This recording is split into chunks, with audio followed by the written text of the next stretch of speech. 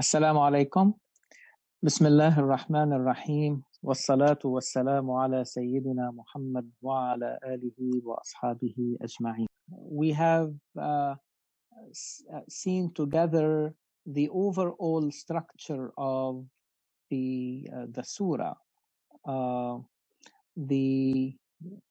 I feel that the central theme can be found in the verses number 75 to 82, with the emphasis on Quran being the reference for guidance. Okay, it guides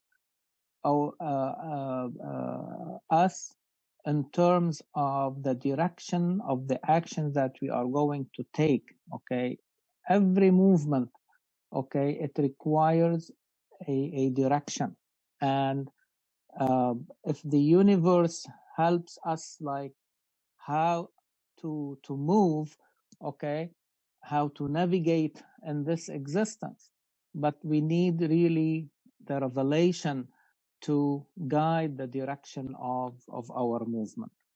And the interesting thing about this theme in Surah Al-Waqi is that it gives us more insight into the role of Quran and how we need really like to approach it.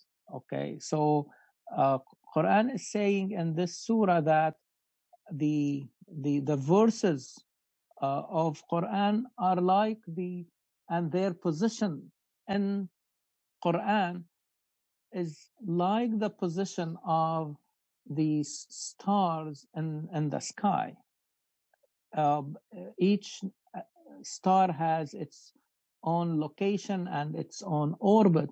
Okay, and in that way they become a good reference for us in terms of our navigation and our movement in this existence on this earth.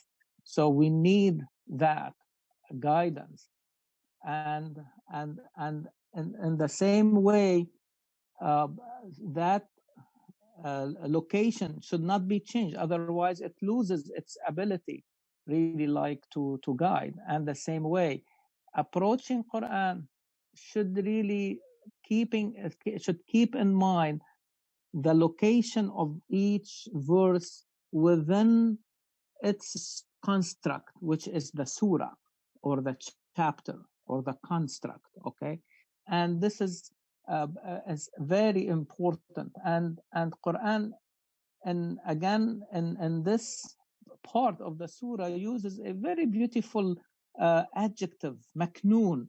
Fi kitabin maknoon. Maknoon means that it is really like covered, and Quran is it is really like, and we will see the same term regarding al-lu'lu' al-maknoon, ka'amthali al-lu'lu'i al-maknoon. So like pearls that are really protected inside their shells.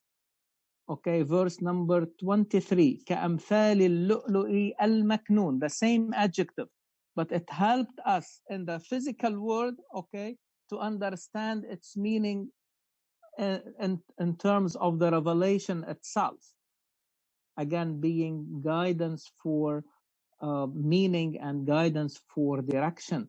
And so the Quran is not only divinely protected from any addition, diminution, or any counterfeit, okay, but also, okay, like pearls in the deep in the sea, you need to dive in order really like to get them. And this is what we are trying to do in every session, to see how deep we can dive, okay, to get more and more from the pearls of Quran, from the Quran as a treasure. And please, every time we say that Quran is the reference for guidance, okay, that goes beyond, it guides even our thinking, it guides our faculties, but our faculties are not paralyzed. They are functioning, they are present all the time, okay? The same way when you interrogate the universe, okay, you are using your faculties, you are using all your senses, your observation, and trying to connect things together. But at the end of the day, the conclusions that you reach should be agreed upon and should be validated by the reference itself, by the universe itself. And the same thing, everything we say about Quran, okay, we are using our mind, but Quran remains the one that will validate what we are basically saying. So the same thing when we are interrogating the universe, every interpretation of this existence, this physical existence, okay, is not the universe. The universe is above and bigger than any interpretation. In other words, it remains, okay, ready to receive newer understandings and newer observations and newer innovations. And the same thing, everything we say about Quran remains above every interpretation and every meaning we can give. So that Quran remains also open, an open book, okay, for more, again, for more diving, if you like. Okay, so the pearls coming from Quran are basically infinite.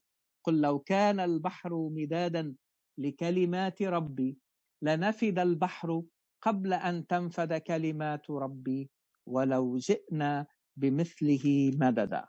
So this is you find this this verse at the end of Surah Al-Kahf, and the verse is number 109. قل لو كان البحر مدادا لكلمات ربي لنفد البحر قبل أن تنفد كلمات ربي ولو جئنا بمثله مددا. So if the whole ocean is transformed into ink to write the words of our Lord, the ink will finish, will perish, but the words of Allah subhanahu wa ta'ala will not. Even if we get another ocean for our aid to make more ink. So in other words, the words, okay, as signifiers are limited. You can count the words inside Quran, okay, from cover to cover. But as signified in terms of meaning, okay, it is basically infinite. So in other words, the Quran should remain open for more interpretations and for more meanings to be extracted really from it. And each generation, okay, will be capable of approaching Quran, okay, to extract what they need for their own moment. And so that what makes it really the reference till the day of a judgment. Now, Quran is meant to work in this life, and so the other theme that rotates around Quran, we discussed it last week, verses 57 to 74, which are symmetrical to 83 to 87. And in that theme, we saw the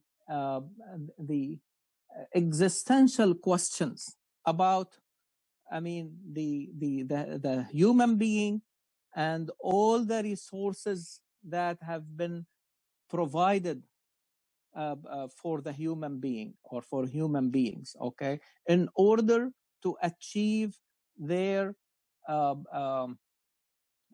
project, to fulfill their common enterprise, okay. They need the resources, okay, but Allah subhanahu wa ta'ala is the source of all these resources, okay. He is the provider, and now together the resources that we are given in this physical world and the revelation, and again Allah subhanahu wa ta'ala is the author of that revelation, tanzilun min rabbil alamin, okay. So the together they will help us as a human beings to fulfill our project in this existence. Now, today we are going to discuss the third theme of this surah, and it took really most of the area, if you like, of the surah. Most of the verses really addressing that third theme, which again very well connected, okay, with. So Quran is saying, since Quran was revealed to work in this life, it means this life is important, okay. Do you think that this universe is not important, and Allah subhanahu wa ta'ala will make oath by all, like by many of its phenomena and elements? Even in this surah, فَلَا أُقْسِمُ بِمَوَاقِعِ النُّجُومِ. Okay, so this life is important, but Allah subhanahu wa ta'ala in Quran is telling us that this life, okay, is moving towards a bigger one, a one that is even better, everlasting, okay.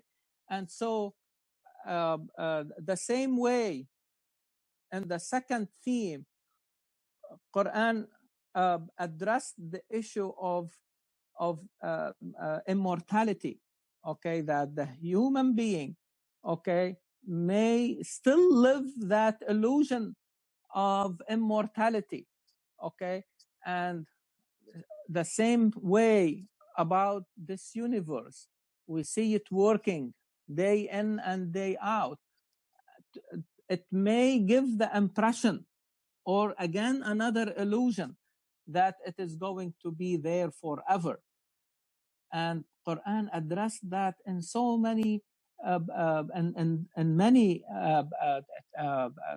constructs and surahs of Quran. And the common denominator among all these really verses is that we need to keep in mind that this life, okay, is not going to stay like this forever. There will be a time when this life is not going to respond to you. Today, okay, like yesterday, okay, you if you address or interrogate this universe and you ask this universe the right question, it will answer you.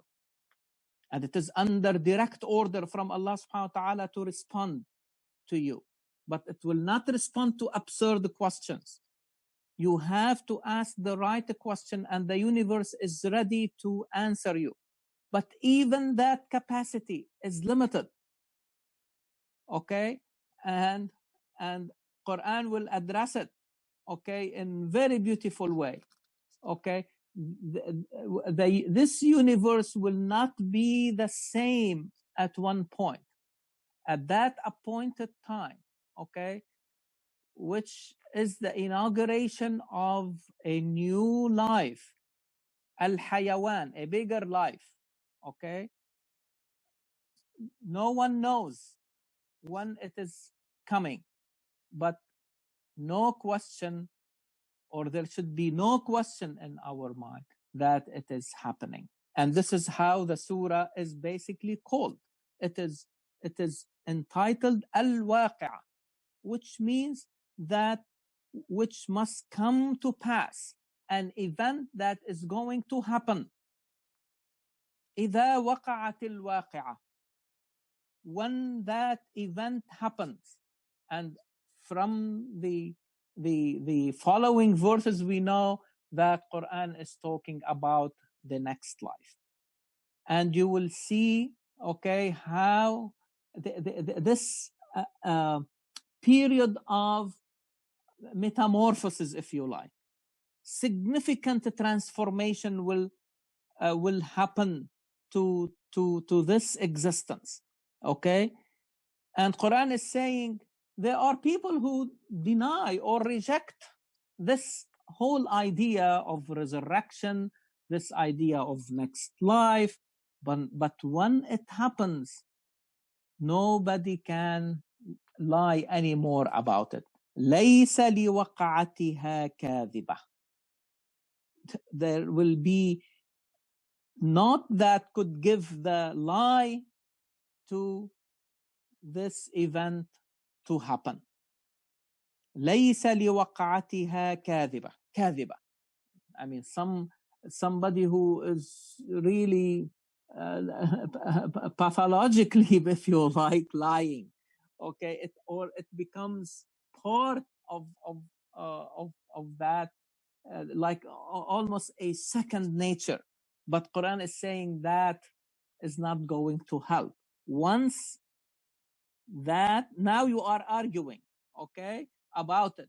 But when it happens, there is no room anymore for lying about it or rejecting it.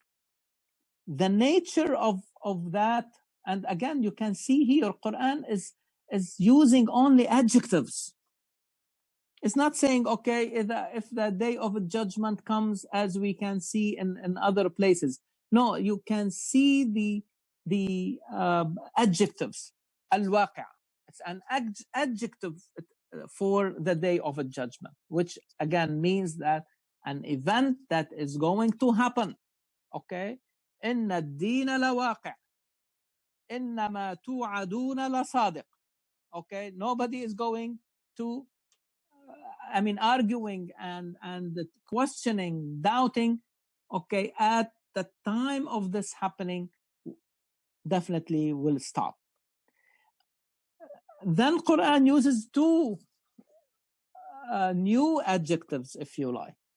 In verse number 3, خافضة رافعة.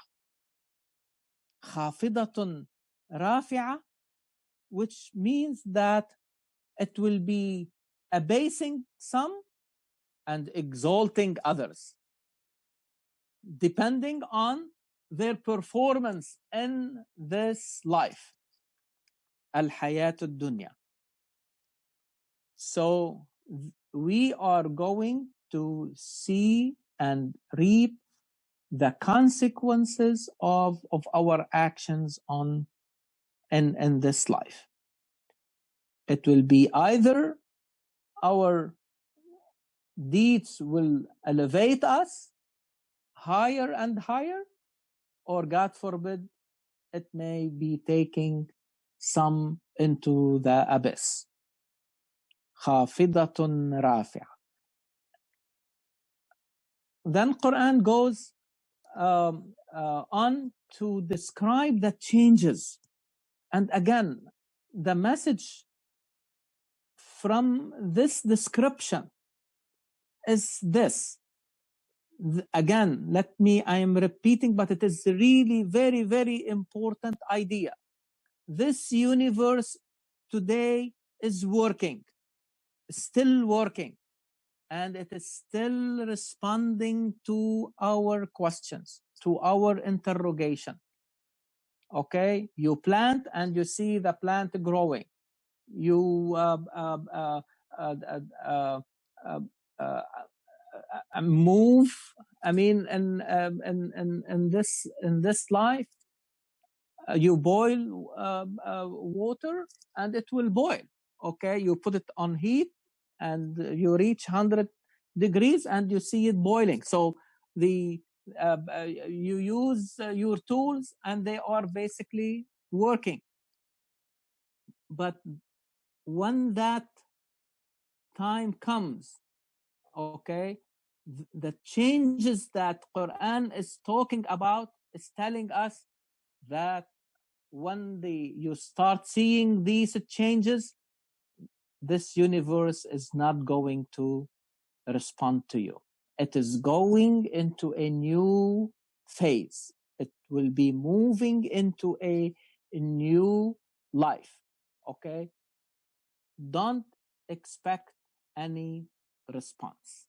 Okay? And so in Quran is saying, and to describe what is happening, إِذَا رُجَّتِ الْأَرْضُ رَجَّةً. The earth will be shaking, and this shaking will take the highest level possible. Rajja, like even we call this an infinite. Okay, rujjatil ardu rajja. Okay, it's the shaking will be to its utmost, severe. وَبُسَّتِ الْجِبَالُ بَسَّ. The mountains with all its might, you will see it shattered into countless shards, countless pieces, very small, again in a severe way. As Quran used another term, nusifat, as if it was like exploded. Okay, and again, you can tell, I mean, how much is needed to make a mountain explode. It will be very severe to the point that this huge mountain will be transformed into these very small pieces scattered like dust. You know, like sometimes when the sunlight is coming through your window, you see really these small dusts in the air reflected, and this is what it means. فَكَانَتْ هَبَاءً مُنْبَثًّا, scattered dust. And on that day, as human beings, we will know our outcome. And Quran is talking about 3 major outcomes. People will be divided into 3 kinds. وَكُنْتُمْ أَزْوَاجًا ثَلَاثًا. 3 types of people. 3 kinds of people. The first one, أصحاب الميمنة. فأصحاب الميمنة ما أصحاب الميمنة. The people or the companions of the right. And yes, maymana is really referring to the right side. But really, the right side and the left side here are really used in their metaphor. And again, taking something from the culture in Arabia, absorbing it and changing it into a metaphor so people can understand, okay, the meaning. In Arabia, they used like to in order to know if an action is going to be good for them or not. So they allow like a bird to fly, and depending in which direction it takes, if it takes the right, start flying to the right side, then they know that this is going to be a good thing to do, and they go for it.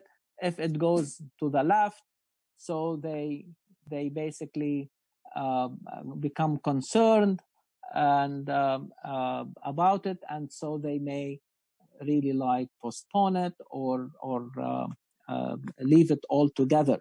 So as I said, Quran absorbed that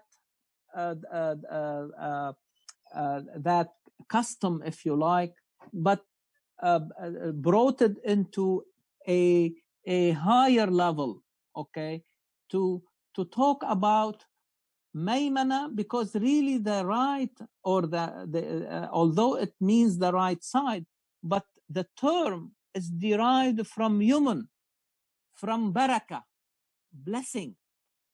Okay, so this is the side of the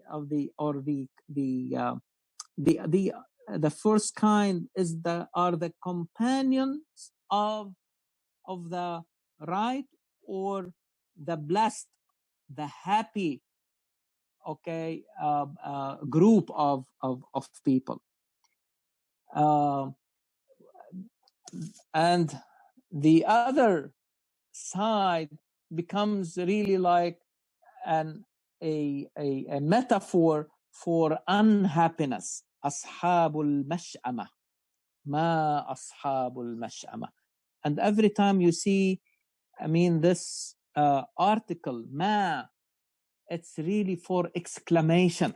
So if I am using punctuation, I will put the exclamation mark after ashabul maymanati, ma ashabul maymana. And I am referring to these ma, wa ashabul mash'amati, ma ashabul mash'ama. You will wonder what the companions of the right, okay, or ashabul yamin or ashabul maymana, how much they will be receiving and what they are really receiving. And the same thing for ashabul mash'ama, the unhappy group, the unblessed group, how much they are going to receive in terms of punishment this time. The another important meaning for al-yamin or maymana, okay, is that also it refers to the power. Was-samaa, so darban bil-yamin. Yeah, I mean, like, okay, when you are using your stronger side, however it is really right or left, okay, it is you, because there are people who are born, I mean, and the dominance is really in their right hemisphere, and they have the left hand stronger, to the point that they cannot really even like use their right hand, like to write or to do manual things. So the idea, okay, of yamin is not only to mean the right side literally, but to refer to which really side is really the stronger.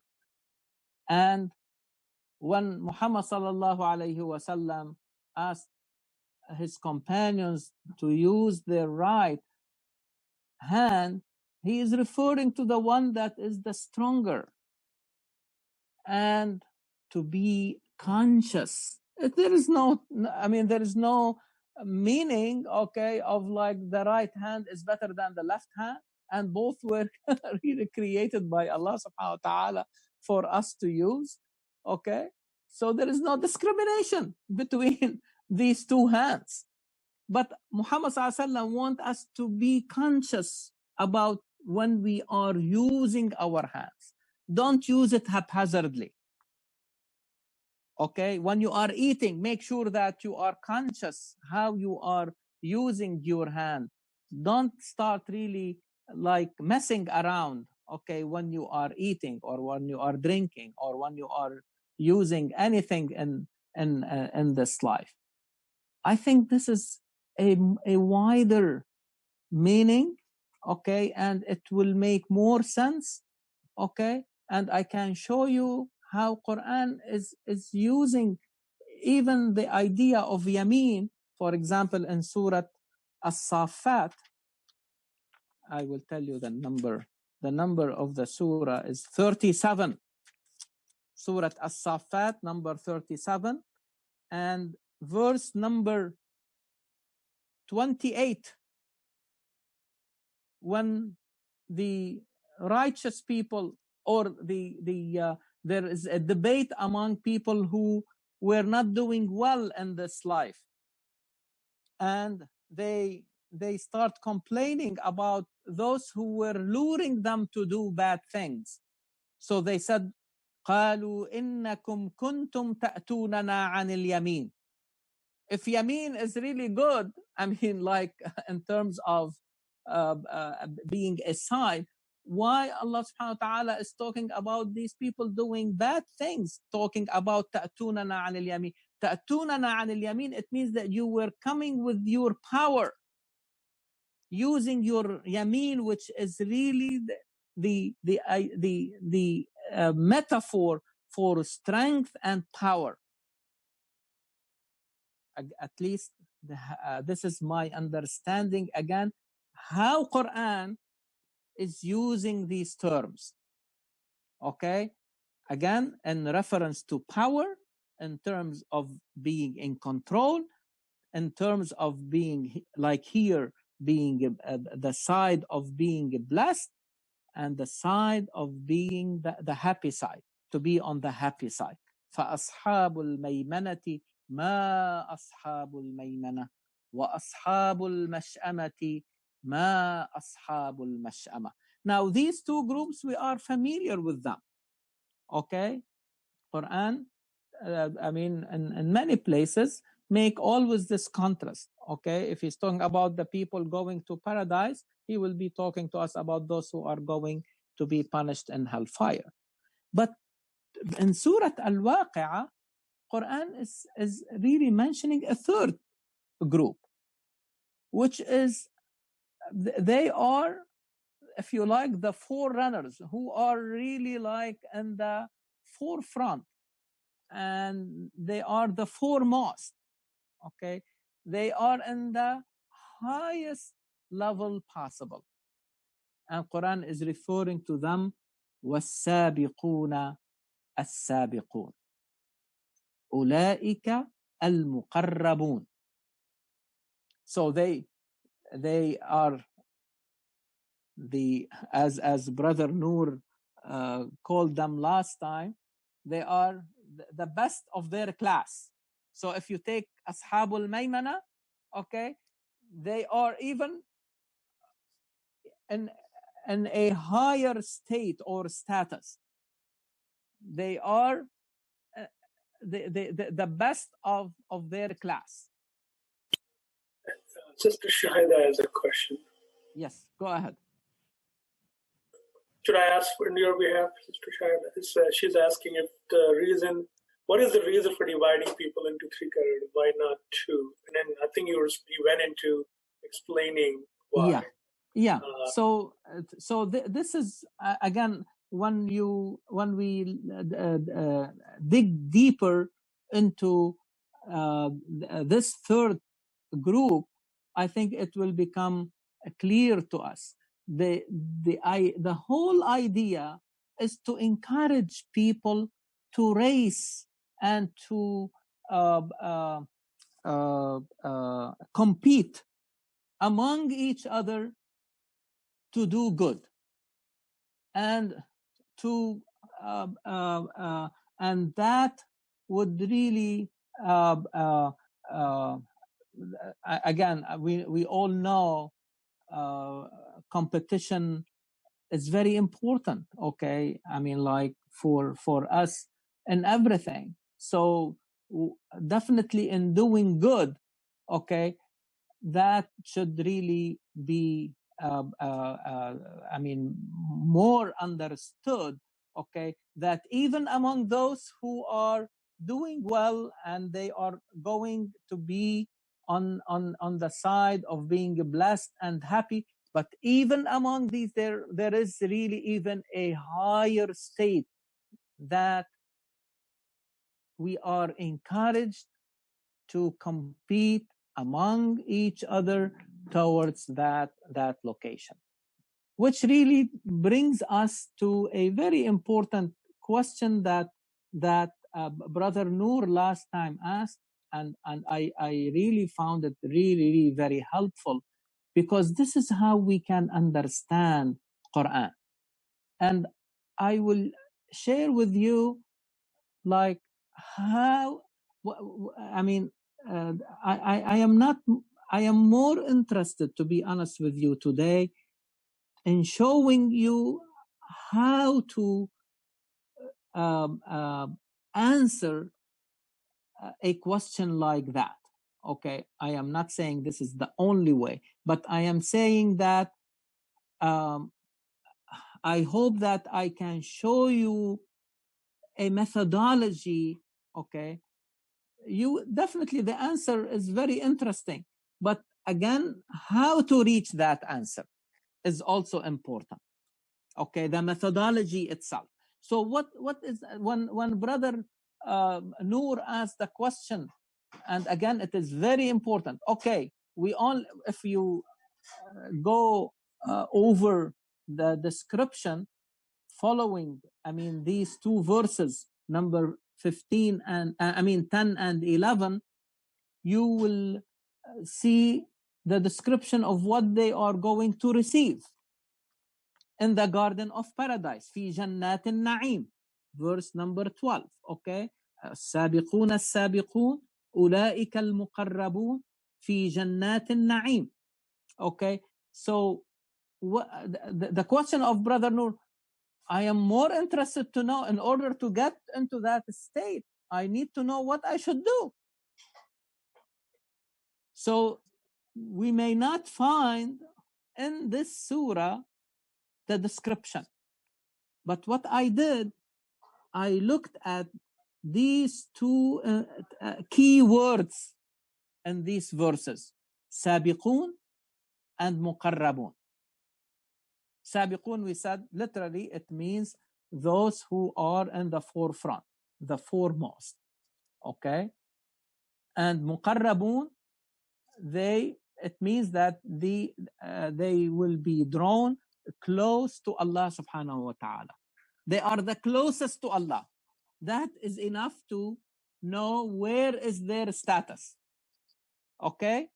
Now, when I utilize, if you like, these terms, okay, and try to track them where Quran mentioned them. Okay? And for example, as-sabiqun, if you look in Surah Al-Mu'minun, which is number 23, if you look at verses 60 and 61, here Quran is not only talking about sabiqun or sabiqeen, but it will tell us what they are really doing. So it says, وَالَّذِينَ يُؤْتُونَ مَا آتَوْا وَقُلُوبُهُمْ وَجِلَةٌ أَنَّهُمْ إِلَى رَبِّهِمْ رَاجِعُونَ. Thank you very much, Brother Sakib. This is very helpful. You see, this is number 60 and number 61, أُولَئِكَ يُسَارِعُونَ فِي الْخَيْرَاتِ وَهُمْ لَهَا سَابِقُونَ. You see the word sabiqun? So this, Allah subhanahu wa ta'ala is describing this type of believers. Remember, this is really Al-Mu'minun, Surah Al-Mu'minun, the believers. So, but there is among them those who when they give while their hearts are in state of appreciation of the one who basically gave them in the first place, and the one that they eventually will return to, Allah subhanahu wa ta'ala. So I don't like the term afraid. Okay, no, because afraid may give the impression that you want to go away from something. No. When it comes to Allah, your type of fear is not the one that will take you away from something, but in fact you go to him because of appreciation and what Allah means to you. Afraid may be the wrong word. I think maybe more that they do not feel fulfilled. Yes, right? Yes. Exactly. And they are more appreciative of Allah who gave them in the first place, who make them capable of giving others. And so their action is really more emancipating to them before they emancipate others. When you are helping somebody else, okay, so you are basically trying to free them from their need or poverty, okay, but before that you are really liberating yourself first, and in that action itself. So you are doing it to yourself before anybody else. وَمَا تُنْفِقُونَ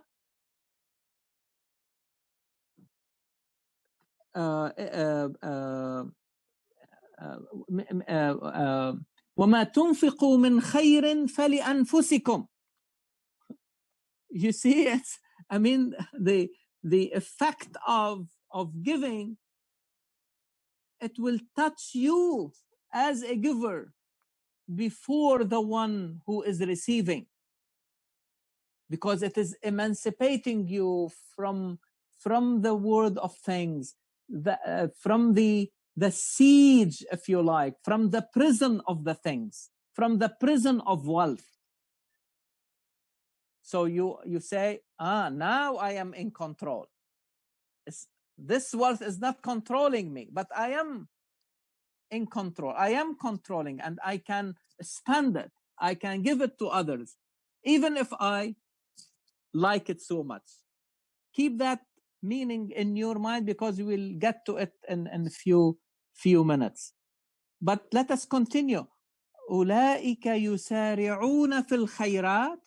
You see, they race, they hurry up to do these good things. يسارعون في الخيرات. They are competing among each other. Raise your hand. You see, يسارع, أولئك يسارعون. This is a verb that is coming from two parties. Okay, this is very interesting in the Arabic language. We have a lot of verbs that it is one word, but it means that the action is coming from two parties at the same time. So when you are racing, you are not racing alone. You are racing somebody else. So looks like Nancy or Sister Ashraf has a question. Yes. Assalamu alaikum. I just have a question about the classification of people. Go ahead. I guess that first part, it is mentioning two or three categories, which are different from the other two that comes later. Is that correct? So we have 5 groups here in that. So the first one has أصحاب الميمنة, أصحاب المشأمة, السابقون, and then there is another class which is أصحاب اليمين and أصحاب الشمال.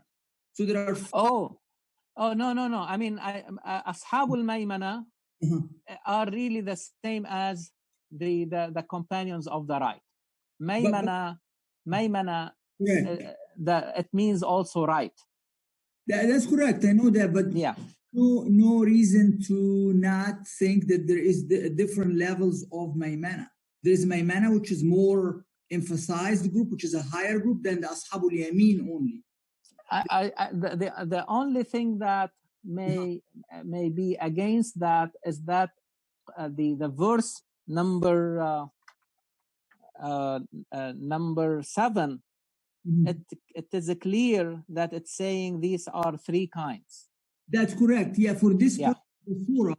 But I again, I mean, I did not see anybody saying that Ashabul Yamin is different from Ashabul Maymana, because Maymana and Yamin have the same meaning. I understand. So is al-Mash'ama, Ashabul Mash'ama are the same like Ashabul Shimal? Yes. Again, because the idea of Yamin and Shimal, right and left, as we use like to refer to our, let us say, hands or feet or sides of our body, again, it is taken from the way, I mean, again, in Arabia, they use that terminology, okay, and it's more, Quran absorbed that to make it more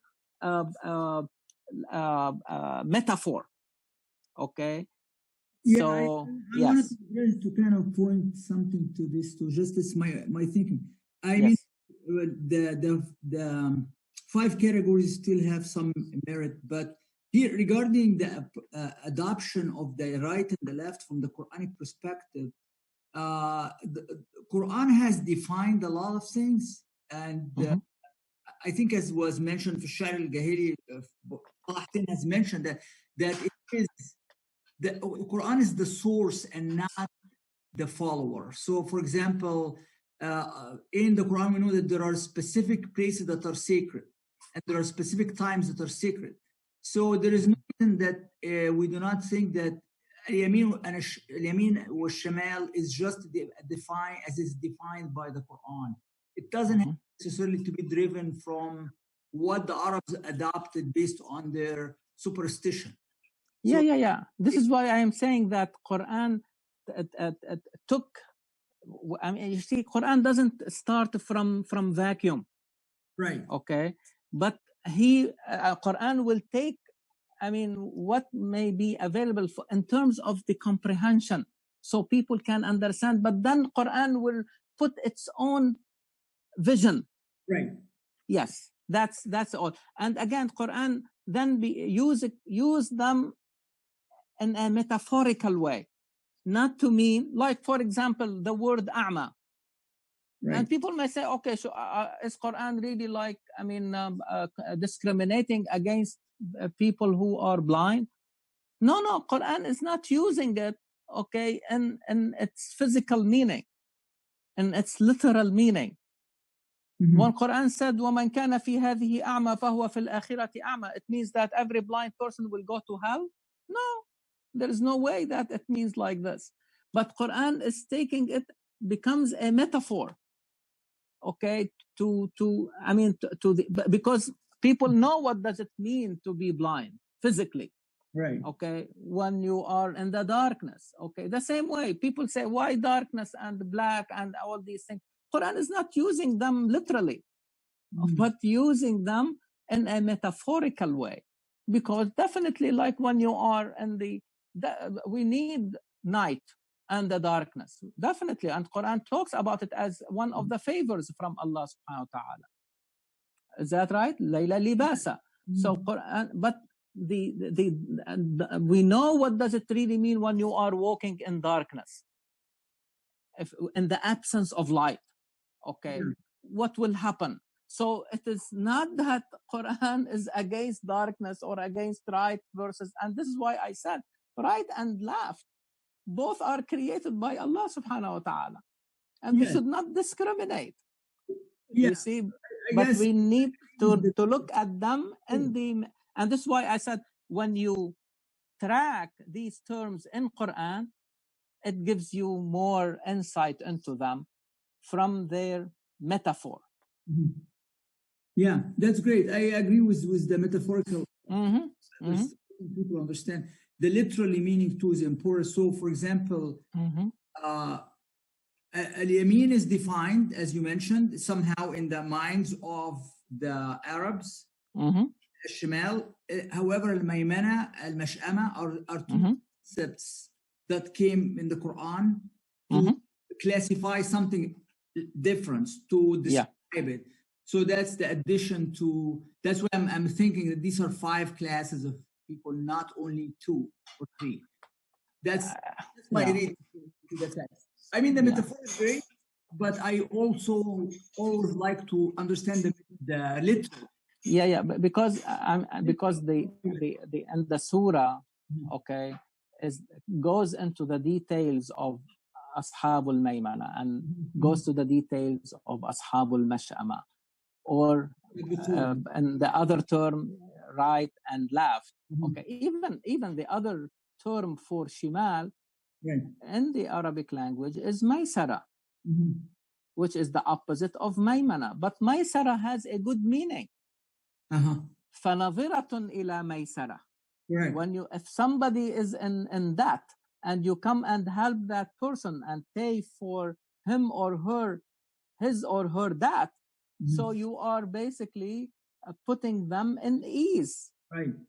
So that is these meanings become very important for us to not really like to, first of all, not to take it literally and not to make, because now, I mean, if people, if they see somebody using their left hand like while they are eating or drinking, and they make big fuss about it, okay, oh, you are not following the sunnah of Muhammad sallallahu alayhi wa sallam.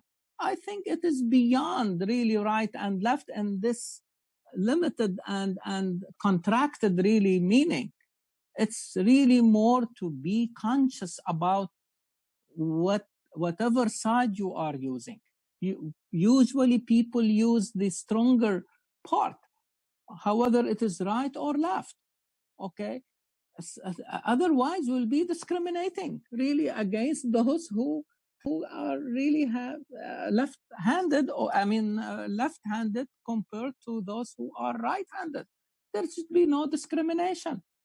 Let's continue with the surah. I think we will get back to you at the end if we have to continue this. So the idea of so the second verse that we were reciting from Surah Al-Mu'minun, and this is really, again, I want to put before you a different meaning of سابقون.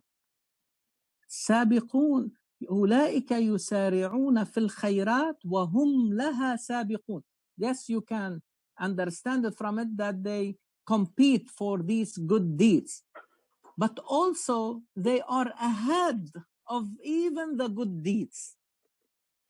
You see, in other words, the good deeds remain a tool, not an end by itself. And we are supposed like to be ahead even of our own deeds. In other words, nothing come, even the good deeds, including the good deeds, nothing should come between us and Allah. And Allah should remain our ultimate goal and objective and qibla.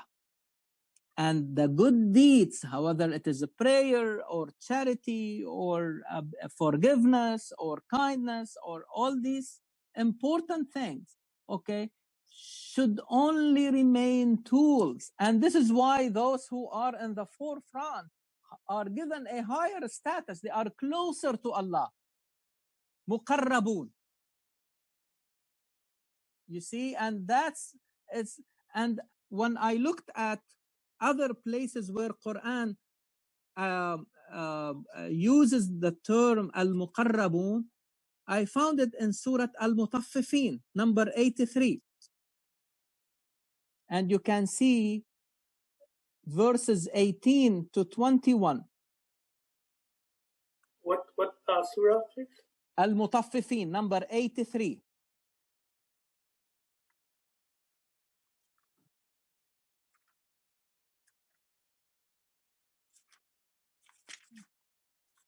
Did you get it? So verses number 18 to 21. Okay, very good. كلا إن كتاب الأبرار. Please remember this term, al-abrar. This is a class, a moral class in the society. Quran is telling us that they are in the highest gardens of paradise. عليين. وما أدراك ما عليون. I mean, you again, another exclamation mark should be put here at the end. What do you know about this place? كتاب مرقوم يشهده المقربون. You see, they are witnesses to this record, okay, of al-abrar. They are the closest to Allah subhanahu wa ta'ala. And then in this surah, it goes to describe for us what they are going to receive.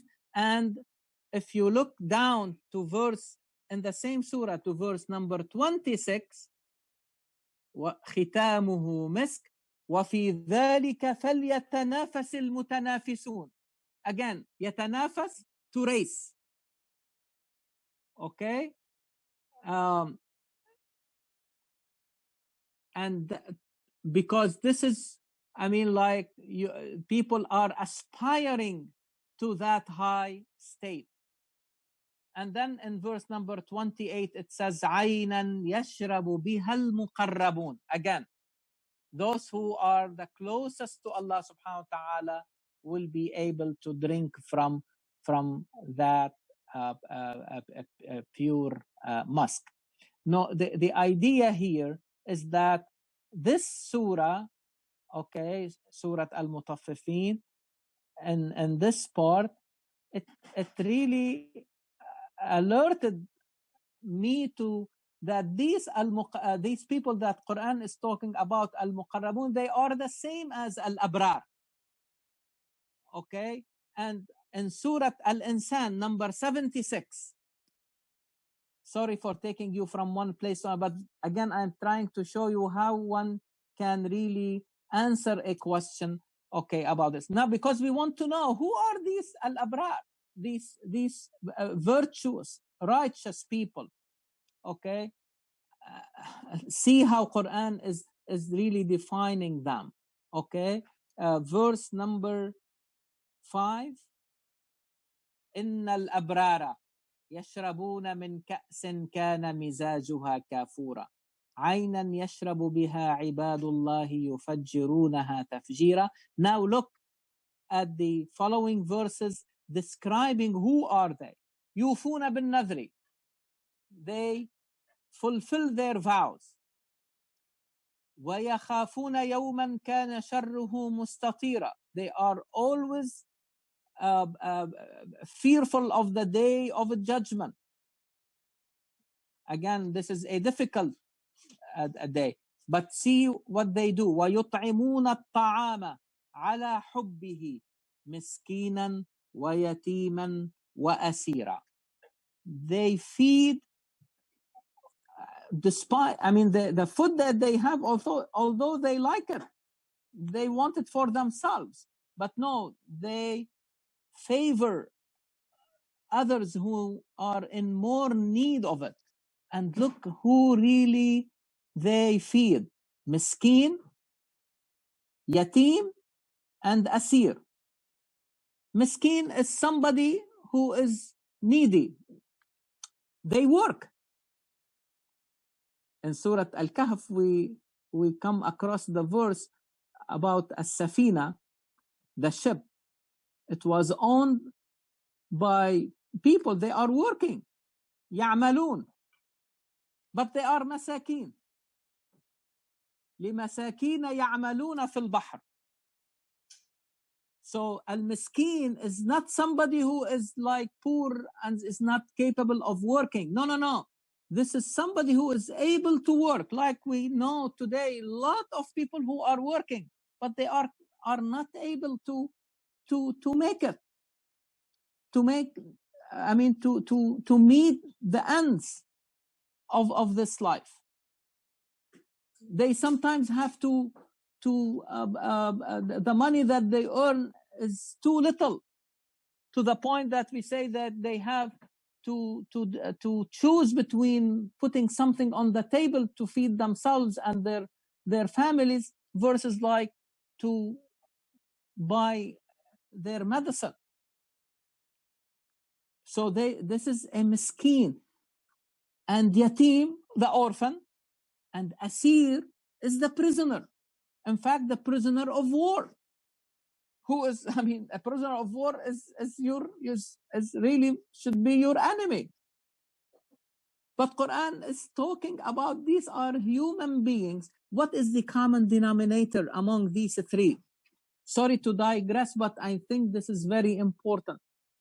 Okay? Because the common denominator among the needy, the orphan, and the prisoner of war is that their life have been stopped. They are not able to continue their journey. And miskin is a very beautiful term from sukun.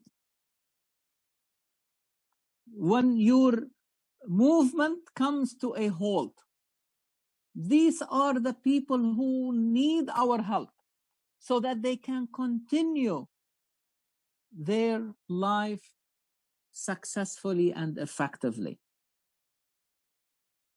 And so you can see that the al-abrar, they have a higher agenda.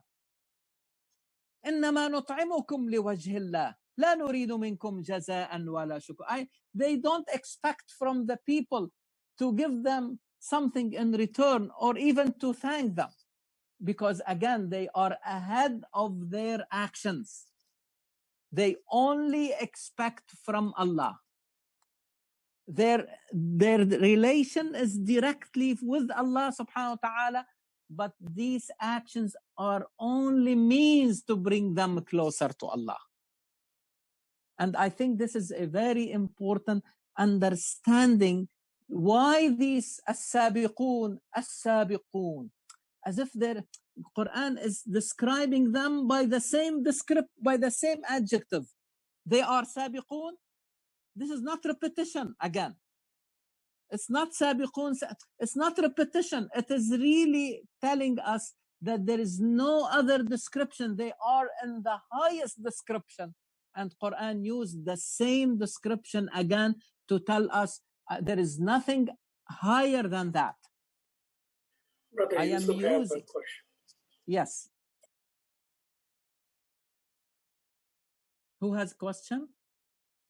Yusuf? Yeah, can you hear me, Dr. Khayr? Yes. Okay, very important, and I don't want to interrupt your discussion. It's it's at a very good stage. You mentioned the ayah, إِنَّ الَّذِينَ هُمْ مِنْ خَشْيَةِ رَبِّهِمْ مُشْفِقُونَ. That's a very important ayah in this. But also, at the same time, if somebody is doing all these good deeds and everything, and they are not asking Allah for help, which is Rabbi anzilni munzalam mubarakan wa anta khayrul. Very important ayah to me too. But at the same time, we ask Allah subhanahu wa ta'ala to accept all these what we are doing. If we don't do that, and we don't follow these two ayahs, I think everything is in waste, no matter what we do.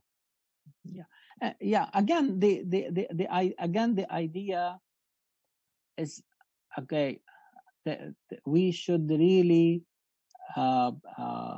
aspire to the highest. Okay, even Muhammad sallallahu alaihi wasallam. Okay, when you are making dua, okay, ask for the maximum.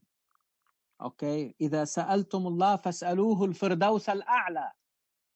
You see, it's not only to go to paradise, but to go to the highest place in paradise. But that comes with a price. It's not going to, because every dua, okay, is not going to be fulfilled without action. فاستجاب لهم ربهم أني لا أضيع عمل عامل منكم. Again, I think this ayah is very important, and I will tell you, it is in Surah Al-Imran, number 3. The verse is towards the end, the last page. It is number 195. 195. Yes. Yeah. فاستجاب لهم ربهم أني لا أضيع عملا. عملا is action, deed. Okay. And استجاب means responded, accepted, answered their prayer. Okay. So when we are asking Allah subhanahu wa ta'ala to make us among al-muqarrabin, to give us firdaus al-a'la, or to be in alliyin, we are talking about the closest to Allah, من النبيين والصديقين والشهداء والصالحين. Okay, so ask for the maximum, but as I said, that requires work. And today we saw, I mean, these people who are always ahead of their own actions, they race and rush to do good deeds, but Allah subhanahu wa ta'ala remains their objective. Okay, it's they are not doing it to expect, I mean, some returns from this or that, or to gratitude from no, the gratitude they are looking for is the gratitude from Allah subhanahu wa ta'ala. Okay, who he is the Shakir and Alim. Shakirun Alim, he knows. So again, والسابقون السابقون أولئك المقربون في جنات النعيم. They like Ashabul Maymana, they are in paradise, but in a higher state. And I hope that I answered at least partially, because I think if we dig deeper, we may find more. Okay, but again, another important idea here is that in the vision of Islam, in the vision of Quran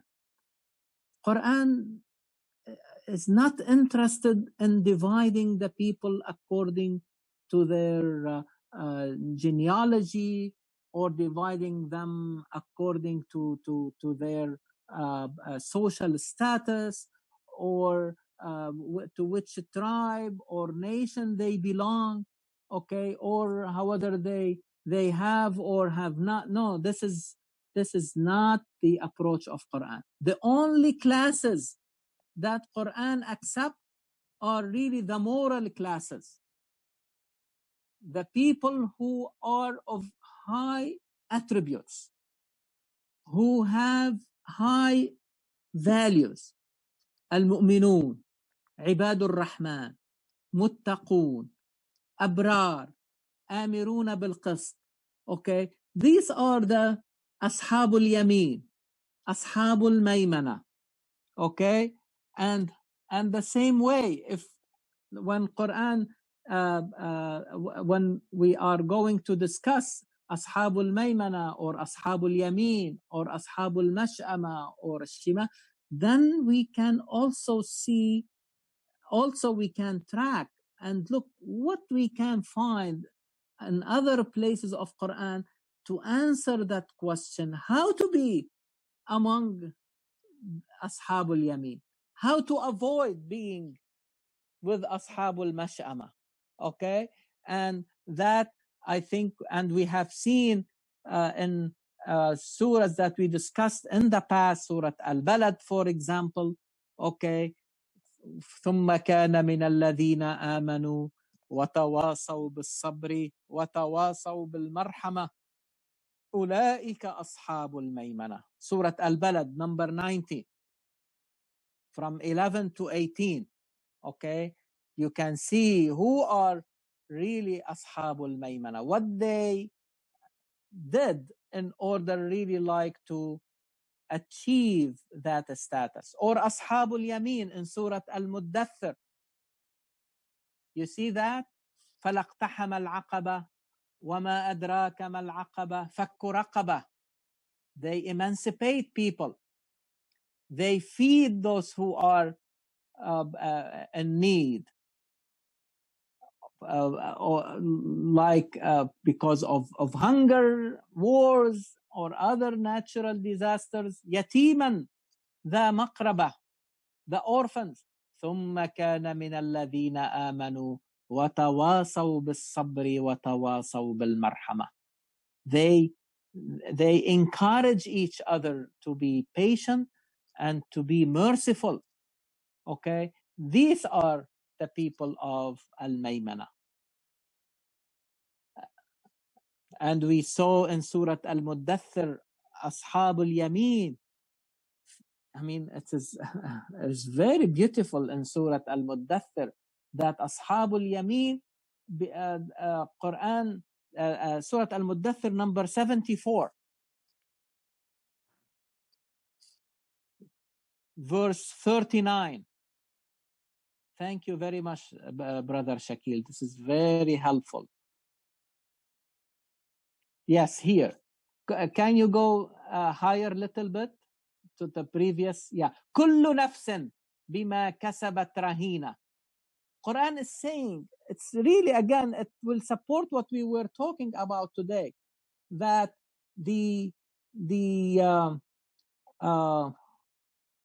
every human soul is really a prisoner of its own actions. Even if they are good, sometimes we become prisoners of our own actions. And so Quran is saying, accept the companions of the right. And the opposite of them are the criminals. يتساءلون عن المجرمين. And we can see the things that they avoid, or they do the opposite, okay, to be, okay, rewarded among the people of the right. So Quran then said, ثُلَّةٌ مِّنَ الْأَوَّلِينَ وَقَلِيلٌ مِّنَ الْآخِرِينَ. So here Allah subhanahu wa ta'ala is telling us, because this is really a very high state, and only a group will be able, thulla, will be able like to, from the preceding generations.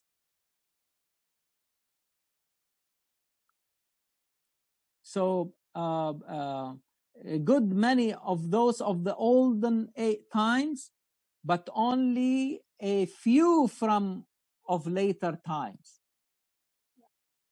Again, it is it's not an easy location to attain.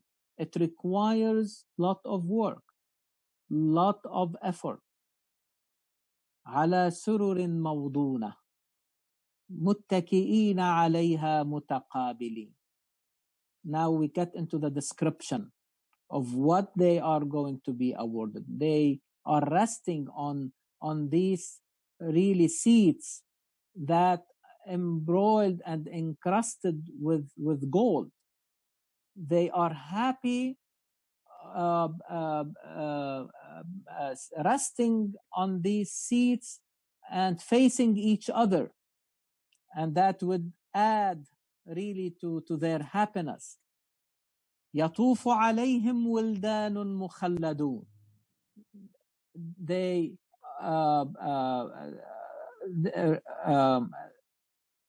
have there are these immortal young people who are really circling around them, waiting upon them with goblets, cups filled with water, and also even probably wine. But this type of wine they get in paradise, Quran is saying it will not cause really any headache. لا يصدعون عنها, and it will not also cause a change in their mental status. They will not become drunk of it. ولا ينزفون. لا يصدعون عنها ولا ينزفون. And they are also provided with the fruits, the types that they can, of their choice. لحم طير مما يشتهون. Meat from birds that they like and desire. وحور عين. They have companions with the most beautiful eyes. They are like pearls hidden in their shells, which means that they are highly protected, not even touched, like as if you are the first to get into these pearls in their shells. جزاء بما كانوا يعملون. So this is the reward for their actions. لا يسمعون فيها لغوا ولا تأثيما. They will not hear their empty talk. And this is very interesting, because this is what they were doing in this life. In this life, they were not really sucked into these empty talks. We were talking about Surah Al-Mu'minun, and Brother Yusuf alluded to some of its verses there. Okay, but see how it starts. قد أفلح المؤمنون الذين هم في صلاتهم خاشعون والذين هم عن اللغو معرضون والذين هم للزكاة فاعلون. Can you put it again, the beginning of Surah Al-Mu'minun, number 23? Because I want to show you another methodology that from the description of the people of paradise, you can know what you need to do here, or what they got there is a reflection of what they were doing in this life. See the first few verses. قد أفلح المؤمنون. Successful are the believers. We know that they pray, and they basically are very humble, and they show appreciation to Allah subhanahu wa ta'ala in their prayer, and they turn away from empty talk. But look at the following verse. وَالَّذِينَ هُمْ لِلزَّكَاةِ فَاعِلُونَ. They also spend their money in charity, in paying their zakat. Okay? Now, we are all familiar in the Quranic style. Every time, in many places, Quran talks about prayer and zakat in succession. Okay? يقيمون الصلاة يؤتون الزكاة or ينفقون. Okay? ومما رزقناهم ينفقون. But look here, what they're shying away from empty talk is sandwiched between prayer and zakat. And when you put something between two important things, you are also alluding to the importance of that action. It is not less than a prayer and a charity. To shy away from empty talk. Again, I think there is a very important lesson for all of us. And also, what is needed from us is really how to create always the environment for people to be engaged in something of higher importance. To make our talks about what really concerns us most.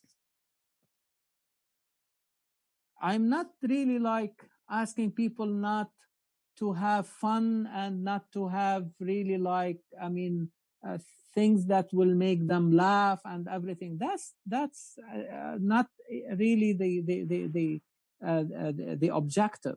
But not to make laughing and fun the only thing in our life. That should not really take us away from discussing things of higher concern and importance.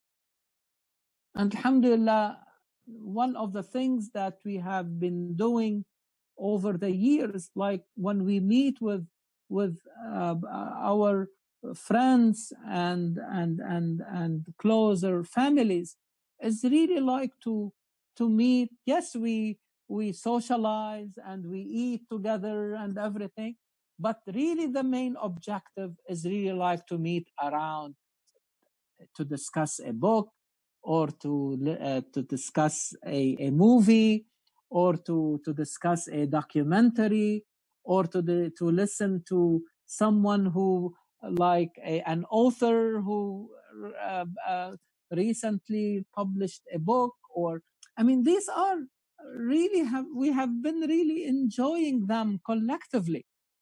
And then you come out, okay, from these meetings that you have learned something.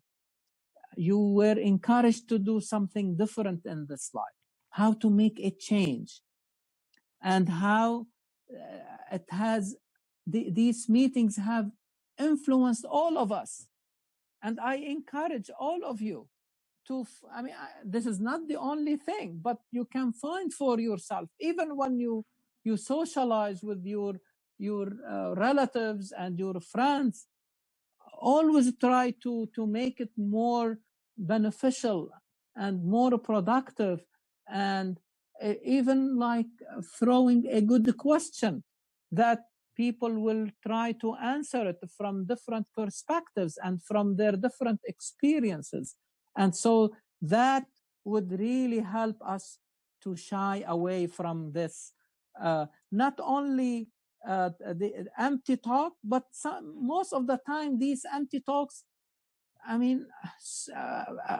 unknowingly sometimes and unconsciously, it may, God forbid, call to sin, to say something bad, or to act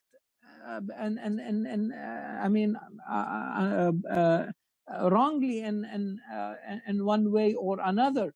So لا يسمعون فيها لغوا ولا تأثيما إلا قيلا سلاما سلاما. The only talk is a peaceful talk.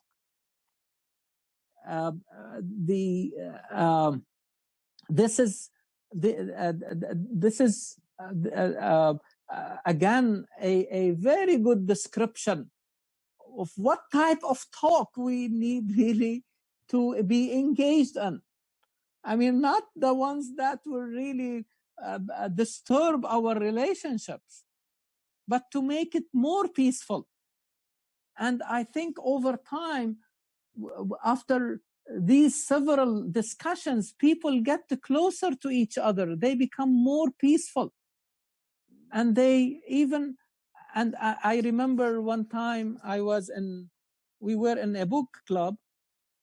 There were probably at least 16 or 18 people. And there was a person among us who was just a visitor. He was visiting his daughter, and he came and he basically attended that. And I remember him telling me, he said, I have attended so many gatherings, but I enjoyed this gathering most because when somebody is talking, everybody else is listening. I mean, it is a simple observation, and probably I said, oh my God, I did not really notice. I mean, like, I did not think too much about it, probably because it became part of us to the point that you don't even pay attention to it. But somebody coming from outside, it was easier for that person to make that observation quickly. He said, oh my God, I have been to so many gatherings in my life. But this is really very interesting because every time somebody is talking, everybody else is only listening. No interruption. They listen to that person to the end. So I think this is a sign of peace. And that, again, if this is really a description of paradise, of the garden of paradise, it means in order to achieve it, to get it, we have to do it here first. Make sense? Yep. Okay. So I think I will stop here, and inshallah next time we'll go over the rest of the surah, describing the other groups. Okay, Ashabul Yamin and Ashabul Shimal, or most likely Ashabul Maymana versus Ashabul Mash'ama. And inshallah that will help us to conclude, okay, with the ending of the surah from 88 also to 96. Okay. At this time, I would like anybody to thank you. questions. Thank you very much, Dr. Khayr. It's you very good, are welcome. very, very good session today. Alhamdulillah. Thank you. I enjoyed it to utmost, and putting those verses is also equally helping us, Alhamdulillah. And very good discussion. Very good discussion. I forgot. Thank you very much, Brother Wasim. I forgot to mention at the beginning, but hopefully that will be helpful for following sessions. I think it will be helpful, like for the participants, to keep like a piece of paper and pen to jot down like their questions, and also because many among you asked about really like which surah I am really quoting from and which verses. And I think again I want to thank Brother Shakil for sharing in real time these verses visually also, so people can see them. Makes it much easier to follow. And also, as I said, probably to put down these numbers of the surahs and the specific verses from these surahs will be helpful, like when you are really like following up on the discussion on your own. Yes. Jazakallah. Okay. Thank you. Any Anybody questions? has any more? Yeah, any more comments? Shakil, can I ask a question? This is Sure, Dr. sure. Durrani. Go ahead. Can everybody hear me? Assalamu alaikum. Yes. Wa alaikum assalam. How are you? No, I think it was a very, good, thanks. Very enlightening discussion. I really enjoyed it. One comment that I'm making that you really talk about all to do good things in life and be in a race to do really good things. But the same thought, Surah Al-Takasur comes to mind that if we start building more and more wealth, and what's going to happen to us in hellfire. So that's what just one comment that the opposite is true. We are so much worried about in this life to keep accumulating more and more. It's good that you mentioned this, Dr. Durrani. I want really to share with you what I refer to, or I call them contrasting paradigms in Quran. And the paradigm that you are talking about, we refer to it as the paradigm of takathur. Alhaakum takathur. Is that right? Yes. Okay. The opposite of that paradigm is al-kawthar. Inna a'tainaka al-kawthar. Because kawthar and takathur, linguistically, they come from the same origin, which means to accumulate. Okay? Something more and more. But kawthar is the diametrically opposite of takathur. Okay? When takathur is talking about accumulating, and what you are accumulating of wealth and things and the property and all these things, they are controlling us, or they are controlling the owners, if you like, of these things. While Al-Kawthar, it is asking for more and more. And here Allah has given us more and more to achieve more and more, to use them in order to elevate us. You see, I mean, the difference. One is really we are getting under the control of the things we are accumulating. Al-Kawthar is what Allah subhanahu wa ta'ala has given us, and He has given us a lot. I see. But in order to help us to move higher and higher, not to be ourselves in control of what we have. So here comes really the idea of direction. It's not about to have, but how are you going to use what you have? Make sense? So these are contrasting. Please remember them and use them, okay? Because it's a very advanced idea. Okay, they have the same terminal. They have the same linguistic origin, but Quran made out of them two contrasting paradigms. One, as you said, is leading to hellfire, and one is really saying, "Inna a'tainaka al-kawthar fasalli li rabbika wanhar." Okay, connect with Allah subhanahu wa ta'ala, and through that connection, slaughter that state, okay, the lower state, go to a higher one.